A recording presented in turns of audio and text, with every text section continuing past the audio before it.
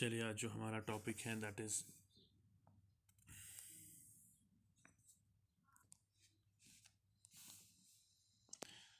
Is profit and gain यानी PGBP। This is our topic. यानी इसमें हमें क्या पढ़ना है? इट इज़ बेसिकली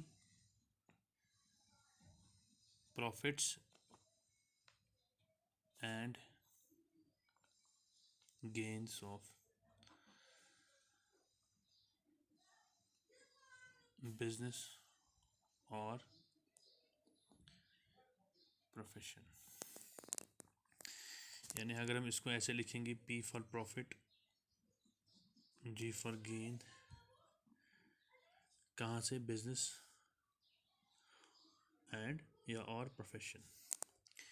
प्रॉफिट तो आपको पता ही है, profit here means business profit. Clear? यानी बिजनेस में जो हम पैसे कमाते हैं, क्योंकि वही तो हमारा प्रॉफिट बन गया।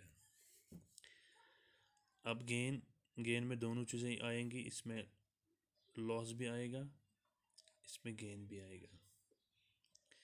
ठीक। अब यहाँ पे आपको कन्फ्यूजन होगा, सर अगर ये प्रॉफिट की बात कर रहा है तो गेन, नॉर्मली हम कैपिटल गेन की बात करते हैं, लेकिन इस टॉपिक में हम समझेंगे फ़िलहाल प्रॉफिट और गेन एक ही बात है। हालांकि इसकी अलग अलग कैलकुलेशंस और अलग अलग एक्सप्लेनेशन हैं, लेकिन इस हेड में हमें कुछ चीज़ें, क्योंकि ये सबसे बड़ा हेड है, इसमें हमें ये भी समझना है कि प्रॉफिट एंड गेन जो हैं ये हम इनकम ही समझेंगे। ठीक। और वो वाला गेन जो कैपिटल जो हमें कैपिटल गेन पढ़ना है, वो वाला गेन, क्या वो ये वाला गेन सेम है? कहाँ कहाँ इसमें डिफरेंसेस हैं? तो फ़िलहाल मैंने कहा कि प्रॉफिट एंड गेन में हम ये सारा हमें क्लियर होगा जब हम सेक्शन 28 के आगे आगे जाएंगे। So then we have a business, we have to explain what is business, then we have to explain what is profession. Business और प्रोफेशन में क्या फ़र्क है, तो ये हमें इस चैप्टर में सीखना है। क्लियर? तो सबसे पहले हम पढ़ेंगे सेक्शन 28, क्योंकि सेक्शन 28 ही हमें समझाएगा कि हमें करना क्या है। Section 28, right?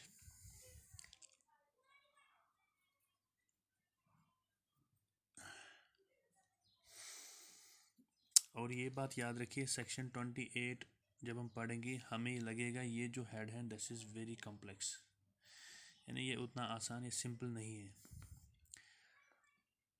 और नॉट इजी जॉब, और ये आसान काम भी नहीं है। यानी जितने हेड्स भी हमने पढ़े या पढ़ने हैं अभी आगे, उन सब हेडों में कैपिटल गेन वाला जो हेड है, इसमें बहुत सारी बातें आपको याद रखनी है। तो ये तो हम पढ़ेंगे डिटेल में, ये तो हम पढ़ेंगे डिटेल में। फ़िलहाल के लिए मैं इसको क्वेश्चन मार्क डालता हूँ, राइट? तो सबसे पहले आप समझिए बिजनेस किसको कहते हैं, क्योंकि दो ही चीज़ें हैं इसमें, एक तो बिजनेस पढ़ना है, दूसरा पढ़ना है प्रोफेशन। एक तो बिजनेस पढ़ना है, दूसरा पढ़ना है। तो बिजनेस होता क्या है? Business simply means economical activity. Business simply meaning economical activity, यानी बिजनेस हम इकोनॉमिकल एक्टिविटी को कहते हैं। किस लिए? For earning profits. ये हम इसलिए करते हैं to earn, for earning profits, यानी कोई भी काम जो हम करते हैं प्रॉफिट अर्न करने के लिए। तो वो काम क्या हो सकता है? It may be any trade, अगर आप कोई ट्रेड कर रहे हो, we may call it commerce, any commerce, या आप मैन्युफैक्चरिंग काम कर रहे हो।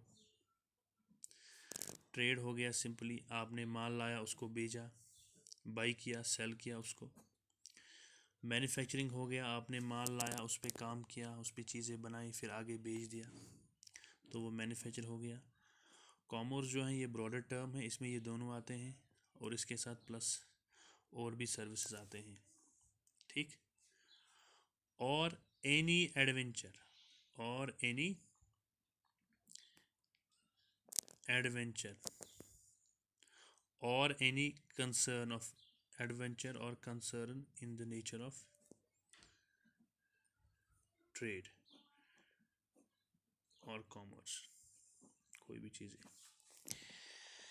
यानी बिज़नेस तो सीधे अल्फाजों में हम ये कहेंगे कि हमारा जो बिज़नेस एक्सप्लेन किया है, ये किया है सेक्शन 2 सब सेक्शन 13 ने, कि कोई भी ट्रेड आप करो, ट्रेड क्या हो गया, आपने माल लाया उसको बेचा। कोई भी मैन्युफैक्चरिंग करो, यानी आपने माल लाया, उस पर काम किया, काम के बाद उस प्रोडक्ट को आपने भेजा, या शॉर्ट में कॉमर्स की आप बात करते हो, तो ये सारी चीज़ें आती हैं बिजनेस में। वाइल जो प्रोफेशन है ये एक स्किल है, इसमें आपको एक डिग्री की भी ज़रूरत है, क्लियर, यानी इट्स एन इंटेलेक्चुअल स्किल। जैसे मैंने स्किल की बात की, मैंने कहा it's an intellectual skill.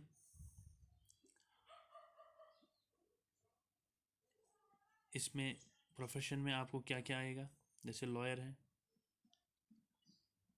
Lawyer is a profession, जब ये लॉयर का काम करता है, सो this is a profession. Engineering is a profession,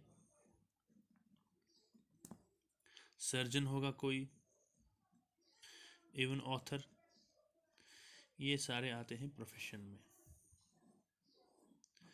लेकिन प्रोफेशन की जो डेफिनेशन है, इट इंक्लूड्स आल्सो वोकेशन। अब सर ये प्रोफेशन क्या है और वोकेशन क्या है? हमारा हेड कह रहा है बिजनेस एंड प्रोफेशन, हमारा जो हेड है that is business and profession. Business तो आपको मैंने यहाँ पे कहा, बिजनेस किसको कहते हैं, economical activity for carrying earning profit. It may be trade, it may be commerce, it may be manufacturing, it may be any adventure और a concern in the nature of trade, commerce और manufacturing, ठीक। तो इस तरह से profession की जब बात करते हैं तो प्रोफेशन में ये बंदे आ रहे हैं, लॉयर आता है, इंजीनियर आता है, सर्जन आता है, ऑथर, और भी बहुत सारे आ सकते हैं, ठीक, because they have a intellectual skill, they have a degree, clear. तो अब कुछ लोग हैं जिसको हम कहते हैं वोकेशन, यानी उनके पास भी काबिलियत होती है लेकिन वो प्रोफेशन में ही हमें इंक्लूड करने हैं। अब वोकेशन में क्या आएंगे, मैं यहाँ पे कुछ एग्जांपल बताता हूँ। जैसे कोई सिंगर है, अब सिंगिंग कर रहा है, सिंगिंग के ज़रिए से कमा रहा है, ये तो एक कला है, लेकिन अब ये प्रोफेशन में जो है, जैसे डिग्री की, इसके लिए डिग्री की आपको क्या लगता है ज़रूरत है? It's natural skill. आप आर्टिस्ट हो, पेंटर हो, लेकिन चाहे आप सिंगिंग कर रहे हो, चाहे आप आर्टिस्ट हो, ये दोनों चीज़ें भी डेफिनेशन ऑफ प्रोफेशन में ही आते हैं, लेकिन हमें इसका अलग माना पता होना चाहिए। अब ये जो सारा दारमदार जो हमें पढ़ना है, income from business and profession, ये हमें असल में पढ़ना है सेक्शन 28। ये 28 क्या है, इसमें डिटेल्स में लिखा है कि कौन कौन सी बिजनेस इनकम आपको माननी है। और जब हम ये पढ़ेंगे हमें बहुत सारी बातें लगेंगी ऐसे कि जैसे हम कैपिटल गेन की बात कर रहे हैं, लेकिन हमें उन बातों को भी यहाँ पे कैपिटल बिजनेस इनकम ही मानना है। अब 28 को हम डिटेल में पढ़ेंगे। सबसे पहले टॉपिक क्या था, बिजनेस एंड प्रोफेशन। बिजनेस मैंने कहा किसको कहते हैं, प्रोफेशन किसको कहते हैं। चाहे आप बिजनेस से कमाते हो, चाहे आप प्रोफेशन से कमाते हो, यहाँ तक कि अगर आपका जो जॉब है that is vocational, that also includes in the professional definition, right.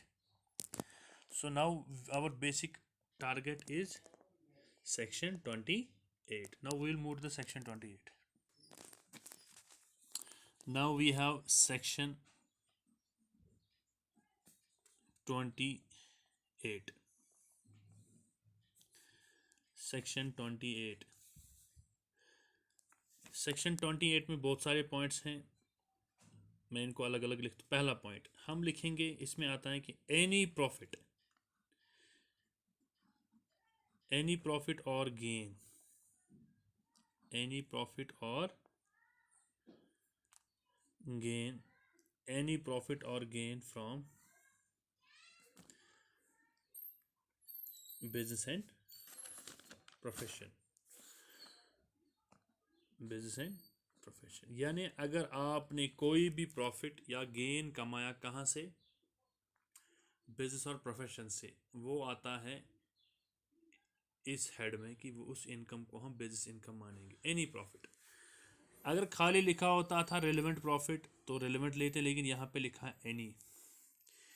Any का माना क्या हो गया? एनी का माना हो गया चाहे आपने लीगल इनकम कमाया हो, यहाँ तक कि अगर आपने इलीगल भी कमाया हो। यानी आपकी जो इनकम है, इनकम तो क्या हो सकता है, या तो आपका प्रॉफिट है और इस वाले हेड के हिसाब से गेन है, वो चाहे आपका लीगल है या इलीगल है। चाहे इलीगल हो या लीगल हो, दोनों में आपको टैक्स देना है इनकम फ्रॉम बिजनेस प्रोफेशन के एंगल से। यानी टैक्स वालों के लिए ये कोई माना नहीं रखता है कि आपने लीगल इनकम कमाया हो या आपने इलीगल इनकम कमाया हो। क्लियर? सो लीगल इनकम भी हो सकती हैं और इलीगल इनकम भी हो सकती है। This was point number 1। Then we have point number 2।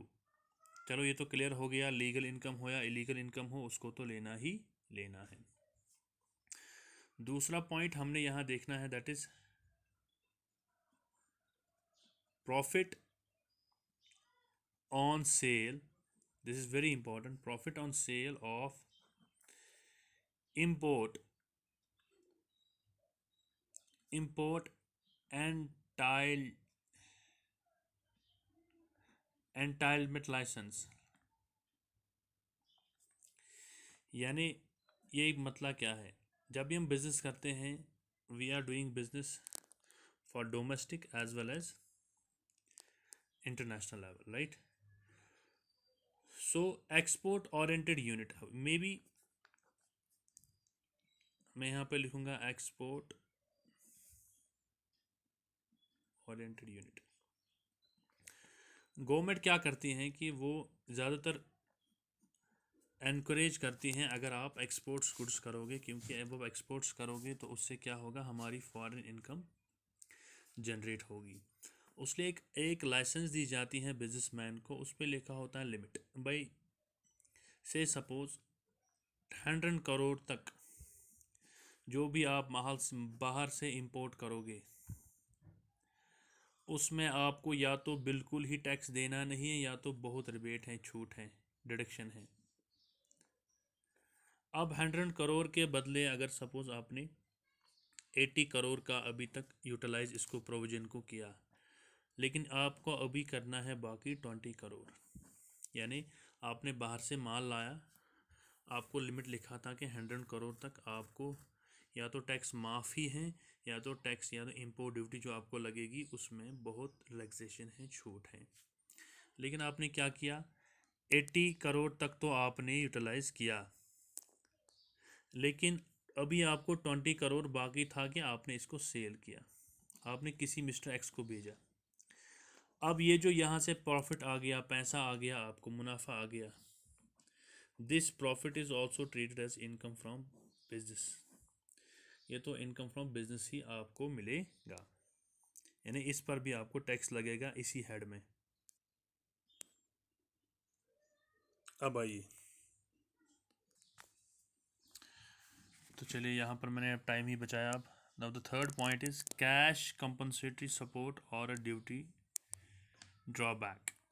यानी कभी कभार क्या गवर्नमेंट करती हैं, अगर हमें किसी बिजनेसमैन को कोई चीज़ बाहर भेजनी है, सपोज वो माल उसने लाया है 100 पर यूनिट में और 10 रुपया और ख़र्चा हो गया, या समझो 20 रुपया और ख़र्चा हो गया, ना द कॉस्ट इज़ 120। अब जब एक्सपोर्ट करने जाएंगे इसी प्रोडक्ट को, मार्केट में तो पहले ही अवेलेबल है 110, so we are not in a position to sell it there, so government restricts us to sell it 100 rupees. हालांकि वहाँ तो कीमत है 110, हमारा बना 120, लेकिन हमें मजबूर होते हैं कितने में बेचने में, 100 में। सो घाटे पे घाटा हो रहा है। तो यहाँ पर जो हमें एक सब्सिडी मिलती है, से सपोज हमें सब्सिडी मिली 30 रुपीज़ या 20 रुपीज़, यानी ये कंपनसेट गवर्नमेंट करता है, इसलिए हम मार्केट में जाते हैं तो अपना प्रोडक्ट 100 में ही बेच रहे हैं। ठीक। अब ये जो यहाँ पर सब्सिडी हमें मिल गई, इसको हम कहते हैं कैश कंपनसेटरी सपोर्ट। ये जो कैश कंपनसेटरी सपोर्ट अब हमें मिला, that is also a business income, right.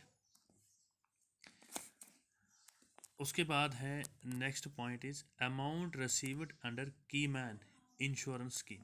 देखिए ये कीमैन क्या है। ऐसा हो सकता है कि हमारे बिजनेस में कोई एक ऐसा बंदा है जिस पे सारा दारमदार है, यानी अगर वो बंदा हट गया तो समझो बिजनेस डूब गई। तो हमें ये ख़तरा होता है कि कहीं ये कीमैन जो हैं कहीं मर न जाए या कुछ ऐसा मसला ना हो जाए कि ऑल ऑफ सडन हम गिर जाएंगे।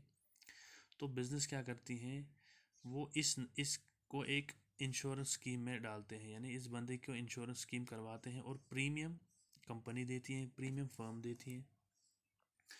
गोया कि हर साल प्रीमियम पे करती हैं organisation, right.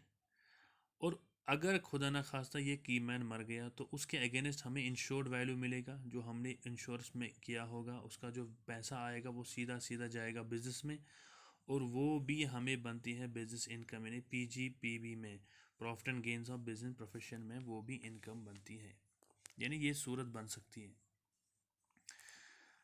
Next is remuneration.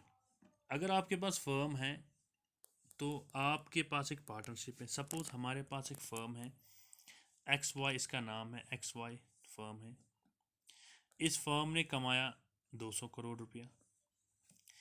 इसमें से इसने क्या किया, X और Y को दिए, इसको दिए 50 करोड़, इसको भी दिए 50 करोड़, और फर्म के पास अब रहा 100 करोड़।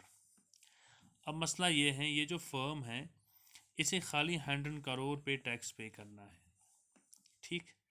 200 करोड़ पे अब इसको टैक्स पे नहीं करना है, क्योंकि इसने ये जो 50-50 बांट लिए किसको, XY को।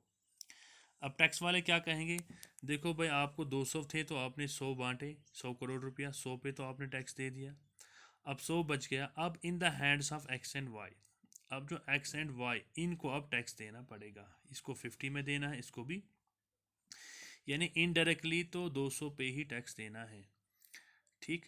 नॉर्मली क्या होता है, अगर आपको अकाउंटिंग याद होगी तो हम उस वक्त इसको लेते हैं अप्रोप्रिएशन, हम बांटते हैं अपने अपने परफेक्ट हेड में किस में कितना जाएगा, किस में किस आइटम में कितना जाएगा। लेकिन यहाँ पर भी टैक्स देना है एज एन फर्म, लेकिन यहाँ पे देना है इन द हैंड्स ऑफ, क्या कहते हैं इसको, पार्टनर्स, यानी पार्टनर्स भी देंगे जो उन्होंने लिया है। क्लियर। अब यहाँ पे मैंने लिखा कि रेम्यूनरेशन, इंटरेस्ट, सैलरी, बोनस, ये सारी चीज़ें जो हमें हैं 40B में डिटेल में पढ़नी है, यानी बाकी जो भी डिडक्शंस हैं that is also allowed in the hands of partner. Clear.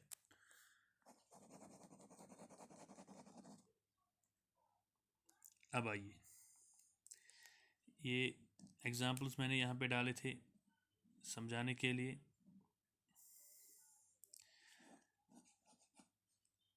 Okay, now last is a non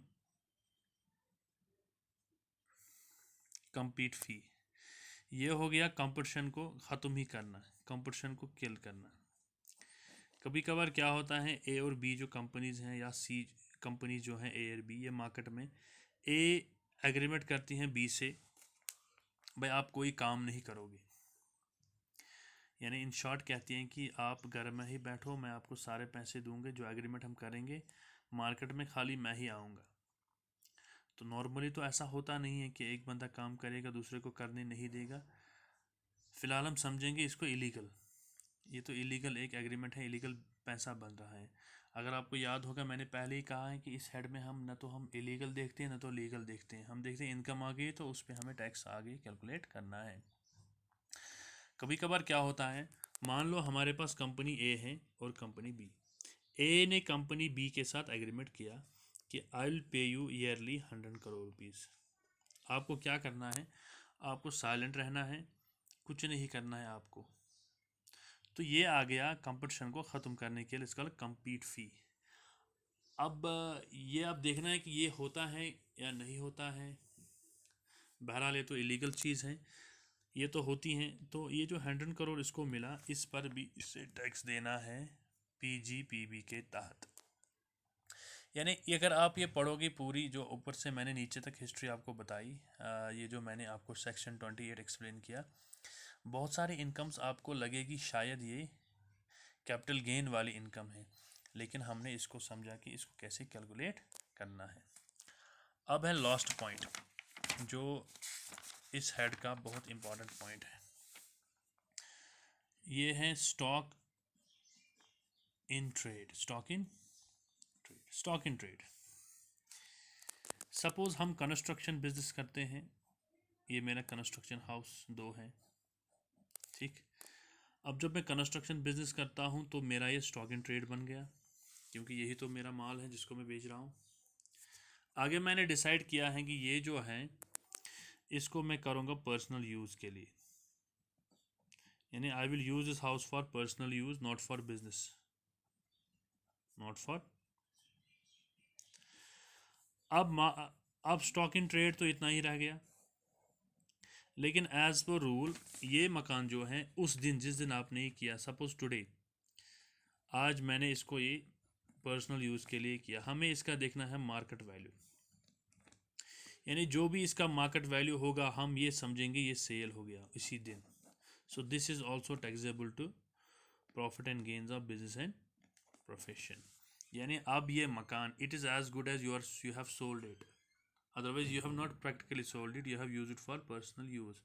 तो इस पर भी कानून यही लगेगा कि देखो भाई, आपने इसको कैपिटल एसेट में तब्दील किया, आपने इसको बनाया कैपिटल एसेट, लेकिन कैपिटल एसेट बनाया तो आपने, लेकिन हम इसका वैल्यू देखेंगे आज के डेट में, जो वैल्यू आएगा वही वैल्यू इसका बनेगा सेल प्राइस, और उस पर भी आपको टैक्स पे करना है।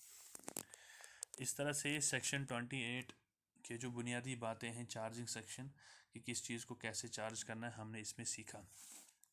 तो आज के सेक्शन में हमने क्या सीखा? पहले हमने समझा बिज़नेस किसको कहते हैं, फिर हमने समझा प्रोफेशन किसको कहते हैं। हमने कहा प्रोफेशन में वोकेशन भी आता है।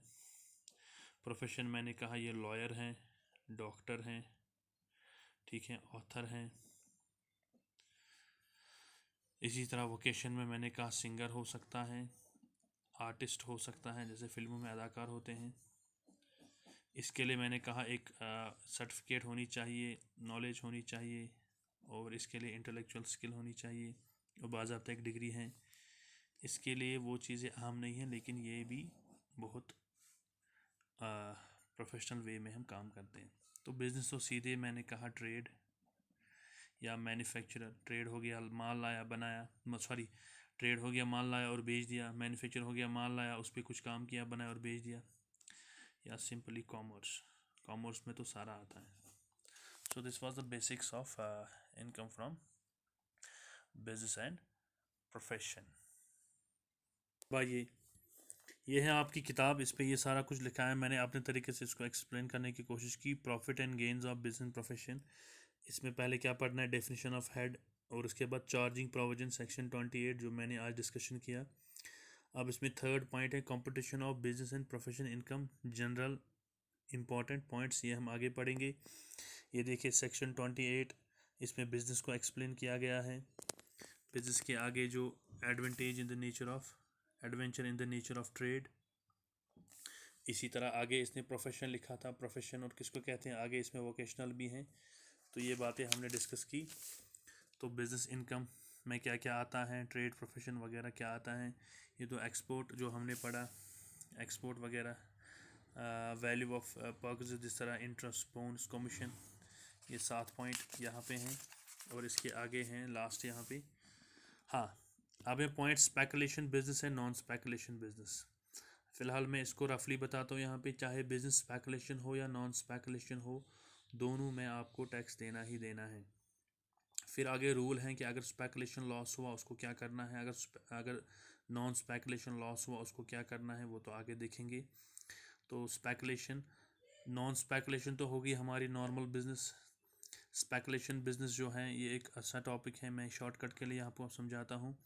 से सपोज़ मैंने किसी से एग्रीमेंट किया है कि मैं 100 रुपीज़ पर प्रोडक्ट भेजूँगा आपको 28 दिसंबर को।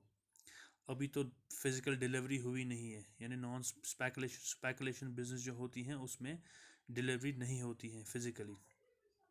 तो 100 रुपये एग्रीमेंट है, 100 रुपये एग्रीमेंट हो गया। अभी दिसंबर को 6 महीने हैं, 3 महीने के बाद ही वो आता है। देखो भाई, सॉरी, अभी तो दिसंबर होना है, हमने एग्रीमेंट किया है कि 100 रुपया पर प्रोडक्ट भेजेंगे, ठीक। तो अभी उसने इनिशियल पेमेंट दे दी 20 रुपया। अभी 6 महीने के बाद उसको 80 रुपीज़ देने हैं।